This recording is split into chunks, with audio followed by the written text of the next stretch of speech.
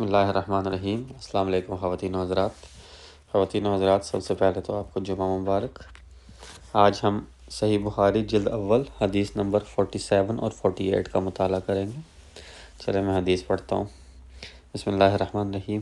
اللہم صلی علی سیدنا و مولانا محمد وعلی آلہ و اصحابہ و اہل بیت سیدنا و مولانا محمد مبارک وسلم۔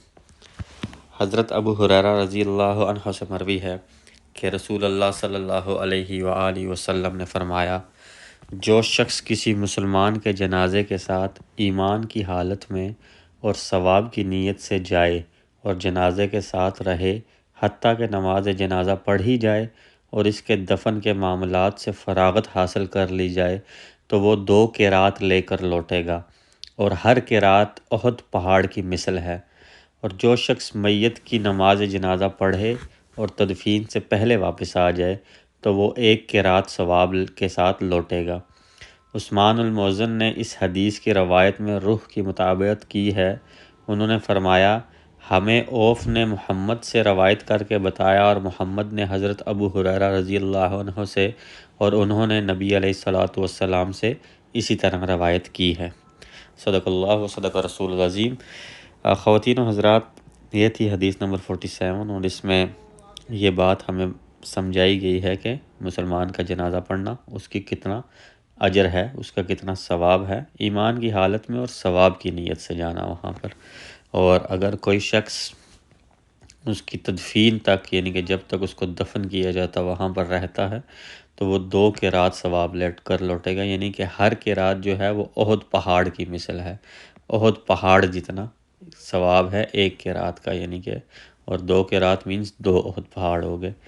اسی طرح اگر کوئی شخص جو ہے وہ نماز جنازہ پڑھے لیکن تدفین سے پہلے واپس آ جائے تو وہ 1 قرات ثواب کے ساتھ لوٹے گا۔ اللہ سبحانہ و تعالی ہم سب پہ اپنا رحم کرے اور ہمیں عمل کی توفیق عطا فرمائے، آمین۔ اب میں پڑھتا ہوں حدیث نمبر 48۔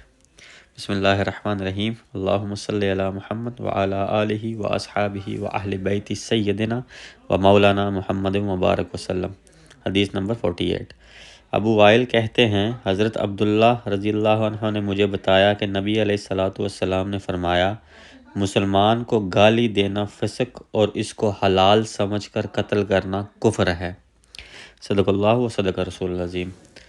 خواتین و حضرات، اس حدیث میں ہمیں سمجھنے کی ضرورت ہے کہ جیسا کہ ہم اپنے معاشرے میں آج کل دیکھتے ہیں کہ یہ ایک فیشن بن چکا ہے، گالی دینا ایک دوسرے کو، اور اگر دوست ہیں زیادہ ایک دوسرے کو آپس میں گالیاں دیتے ہیں کہ جی اس سے ثابت یہ کرنے کی کوشش کرتے ہیں کہ ہم پکے دوست ہیں، تو جب بھی ہم ایک دوسرے سے بات کریں تو گالی گلوچ سے ہی بات ہماری ہوتی ہے اور اس پہ فخر بھی کیا جاتا ہے انفارچونیٹلی۔ اور جب کہ نبی علیہ الصلوۃ والسلام نے فرمایا کہ مسلمانوں کو گالی دینا فسق ہے، یعنی کہ مسلمانوں کو گالی دینا جائز نہیں ہے بلکہ گناہ ہے بہت بڑا۔ اور اگر تو کسی مسلمان کو حلال سمجھ کر قتل کر دیا جاتا ہے، یعنی کہ کوئی یہ سمجھتا ہے کہ بس اب اس کو جو ہے نا وہ قتل کرنا جائز ہے، حلال ہو گیا ہے میرے پہ قتل کرنا اس کو، تو وہ نبی علیہ الصلوۃ والسلام نے اس کو کفر سے تشبیہ دی ہے۔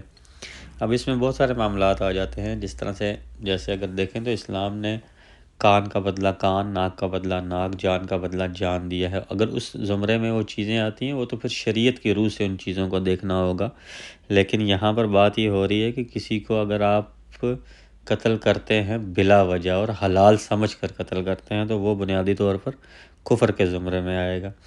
اور اللہ سبحانہ و تعالیٰ سے دعا ہے کہ اللہ ہم سب کو عمل کی توفیق عطا فرمائے اور ہمیں یہ تمام برائیوں سے نجات عطا فرمائے، آمین یا رب العالمین، بجاہ النبی العالمین صلی اللہ علیہ وآلہ وصحبہ وبارک وسلم۔